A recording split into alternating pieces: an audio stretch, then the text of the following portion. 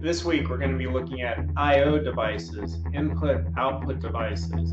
And that might sound like a really kind of simple category and no big deal. Hey, maybe all we're going to learn about is keyboards and joysticks and mice and monitors. And we'll learn a little bit of the terminology for like how monitors work and what is bit depth and screen resolution and that kind of stuff, you know. But I/O devices, input and output devices, is really a much more exciting category and arena than just keyboards and monitors and speakers and printers and joysticks and mice and things like that. Because when we start talking about I/O devices, input-output devices, what we're really talking about is how do humans interface with computers. And that is a pretty amazing field and a huge field and a field ripe for innovation and creativity. How do humans interface with computers? What is the way that we get things into the computer, the input, and what is the way that we get things out of the computer, the output? So here you're looking at a screen. I searched Google Images for brain interface headset. So just let that phrase like detonate in your own head for a second. Brain interface headset. And this is actually one of the leading edges right now in I/O devices. They're actually connecting computers to your brain. So just let that detonate in your head for a second. They are connecting computers to your brain. And they have these new brain interface headsets, which you can see some images of them here, right? Like here's a pretty wild looking image where a guy's head is connected to a whole bunch of electrodes or whatever the heck those things are, and they read his brain waves. And the way the brain interface, what do they call it? Brain interface headsets work is that when we do things with our brain, we different areas of our brain work, and we send off different brain waves. And so the idea is if we could like figure out like, okay, when I look up, right, my brain does a certain thing, and certain brain waves go off. And so if we could pick up that brain wave every time I look up, we could capture that signal, and then we could associate that signal with something else. So every time I look up, that could mean, like raise the curtains. And every time I look down, that can mean lower the curtains or something. And so that's just like a little bit of a preview of how brain interfaces work. And we're going to learn about that this week, but just check out a few more of these pictures. So like here's a picture of some guy with, heck, I don't know what that looks like on his head, but he's maybe shooting a ping pong ball towards a hole. I don't know. And just different brain interface units here, right? And we're going to see a cool talk about brain interface units. Let's look down here. There's a few more. Like that's a pretty awesome, wild-looking picture. Some more brain interface units. Same one. We've seen that one already. Here's one that's kind of cool. I like what it says right here. Brain-computer interface for iPhone, Android, PC, X-Wave Sport. So I don't know what the heck that is, but you might Google X-Wave Sport and see what comes up. Maybe we'll do that at the end of this little intro right now, actually. And there's a lot of research going on right now with brain wave sensors for everybody. NeuroSky, brainwave sensors for everybody. Over 400 universities across the world have worked with NeuroSky ThinkGear technology. And yeah, so kind of an interesting area. And it really gets back to like, how do we interface with computers? What's the way that we create input and output with our computers?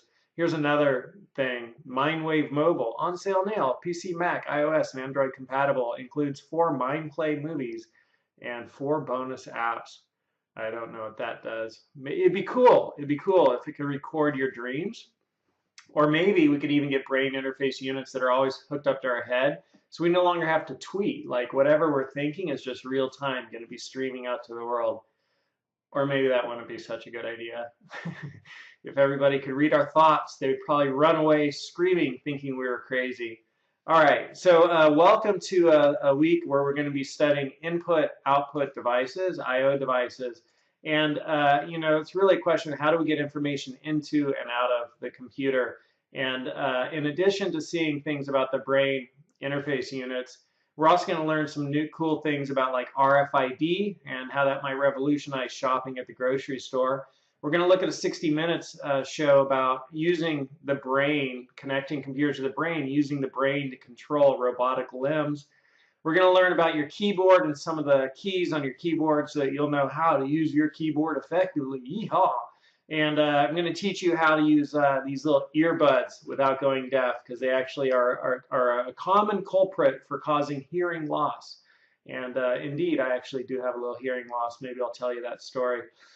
Heck, I'll tell you the story. Yeah, I'll tell you the story when we get here. Hearing loss story. I'll add that note. Hearing loss story.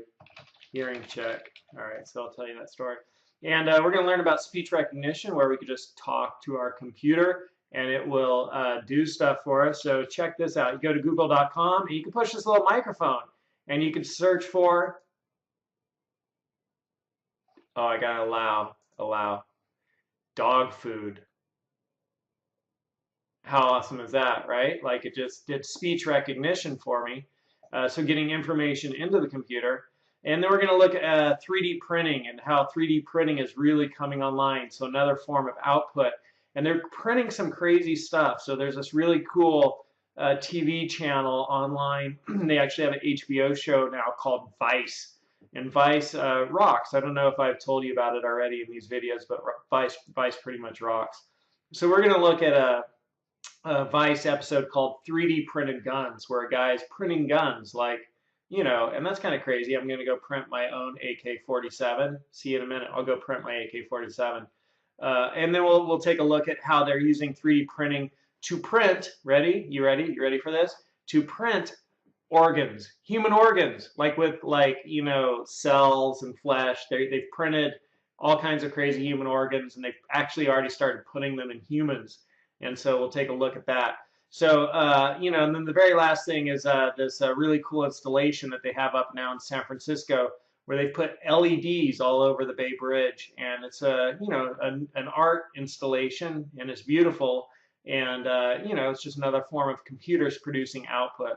So there's a myriad of interesting things to talk about and think about when we start looking at I/O devices, and we're going to look at the most mundane crap possible, which will also be interesting. Like we're going to look at keyboards. I'm going to teach you things like, you know, what does the num lock key do? What's the insert key do? So I'll teach you those things, which are essential skills to know about.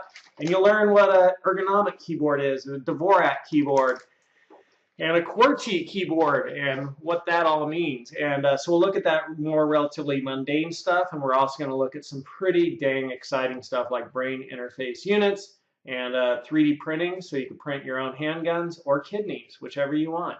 So it's a pretty exciting, interesting area, and I'm ready to get busy exploring it.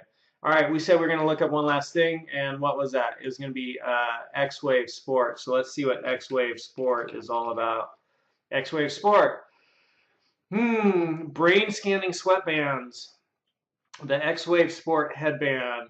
PXLD devices, product, X-Wave Sport. I don't know, you know, so maybe this is, here we go. X-Wave Sport, a fashionable brain-computer interface headband designed for your everyday wear. X-Wave Sport safely measures and detects your brain waves through the soft conductive fabric placed gently over your left eyebrow and translates that information to useful mental states. Your relaxation, focus, and other parameters can be measured and sent to your mobile device and or PC. Apps are available from games, brain training, and mental health training to take advantage of the amazing power of the human brain. X-Wave Sport is patent pending. Interesting stuff. Yeah, so holding area. Let's go check it out a little bit.